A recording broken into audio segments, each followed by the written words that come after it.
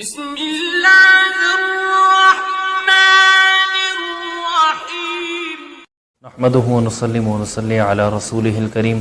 اما بعد فاعوذ بالله من الشيطان الرجيم بسم الله الرحمن الرحيم عن ابي ايوب الانصاري رضي الله تعالى عنه ان رسول الله صلى الله عليه وسلم من صام رمضان ثم اتبعه ستا من شوال صام كان كصيام الدهر۔ حضرت ابو ایوب انصاری رضی اللہ تعالیٰ عنہ سے روایت ہے کہ حضور اقدس صلی اللہ علیہ وسلم نے ارشاد فرمایا کہ جس شخص نے رمضان المبارک کے مکمل روزے رکھے، اس کے بعد جو ماہ شوال آتا ہے، شوال کے مہینے کے 6 روزے رکھے، آپ علیہ الصلوۃ والسلام نے ارشاد فرمایا کہ یہ ایسا ہے گویا کہ اس نے پورے سال روزے رکھے۔ محترم سامعین کرام، مذکورہ حدیث کے اندر شوال المعظم کے 6 روزے رکھنے کی فضیلت بیان کی گئی ہے۔ شوال کا مہینہ جو رمضان المبارک کے فوراً بعد آتا ہے، جس میں عید الفطر بھی منائی جاتی ہے،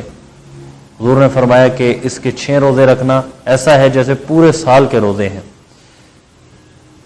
اب ایک قاعدہ سن لیں، اللہ رب العزت نے قرآن کریم میں ارشاد فرمایا من جاء بالحسنۃ فلہ 10 امثالھا،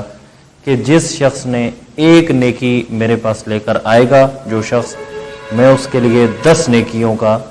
اجر لکھوں گا۔ تو اس طرح اگر اسی قاعدے کو برقرار رکھا جائے،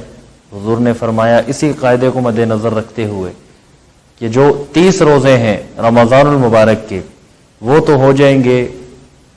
یعنی 300 دن، اگر 10 دن ہر روزے کا اجر لکھا جائے تو 300 دن ہو جائیں گے۔ اسی طرح جو 6 دن پھر یہ ماہ شوال کے ہیں، اس کو رکھا جائے تو 60 دن، 6 دیا 60، تو 60 دن ان کے بنتے ہیں، یہ ٹوٹل ملا کر 360 دن بن جائیں گے، اور گویا کہ یہ روزے دار ایسا ہو جائے گا جس نے مکمل 360 دن، جو اسلامی سال کے حساب سے 360 دن ہوتے ہیں، تو 360 دن مکمل اس نے روزے رکھے۔ یاد رکھیں، اگر ماہ رمضان، کیونکہ چاند کا مہینہ 29 کا بھی ہوتا ہے، 30 کا بھی ہوتا ہے، لیکن چاند کا مہینہ اگر 29 کا ہو، روزے 29 بھی ہوں، اللہ رب العزت تب بھی روزے داروں کو پورے مہینے یعنی 30 روزوں کا اجر عطا فرماتے ہیں۔ اس کے علاوہ ایک مسئلہ یہ بھی ذہن میں رکھ لیں کہ یہ جو شوال کے روزے ہیں، یہ عید الفطر کے دوسرے دن سے یعنی شوال المعظم کی 2 تاریخ سے لے کر شوال المعظم کی 30 تاریخ میں تک، یعنی ان 29 دنوں میں کبھی بھی رکھ سکتے ہیں، اور یہ بھی نہیں ہے کہ آپ نے بالترتیب رکھنے ہیں 2 3 4 5 6 7 کو، نہیں، ایک روزہ مثلا 2 شوال کو رکھ لیا، دوسرا 6 شوال کو رکھ لیا، تیسرا 10 شوال کو رکھ لیا، فاصلہ چھوڑ کر بھی رکھ سکتے ہیں، اور ایسا بھی نہیں ہے کہ عید کے دوسرے دن سے ہی شروع کرنے ہیں، بلکہ کچھ دن اگر آپ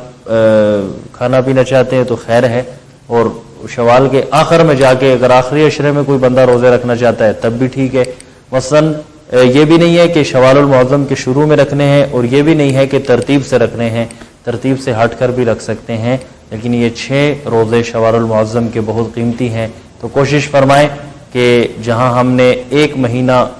عبادت کی، اپنے نفس کو روکا، تو 6 دن کا مزید مجاہدہ اور مزید ہم اپنے نفس پر مقابلہ کر لیں، تو اللہ رب العزت انشاءاللہ العزیز اس مذکورہ حدیث کے مطابق ہمیں بہت ہی زیادہ اجر عطا فرمائیں گے، اور پورے سال روزے داروں کی لسٹ میں ہمارا نام لکھ دیا جائے گا۔ اللہ رب العزت مجھے اور آپ کو عمل کرنے کی توفیق عطا فرمائے۔ وآخر دعوانا ان الحمد للہ رب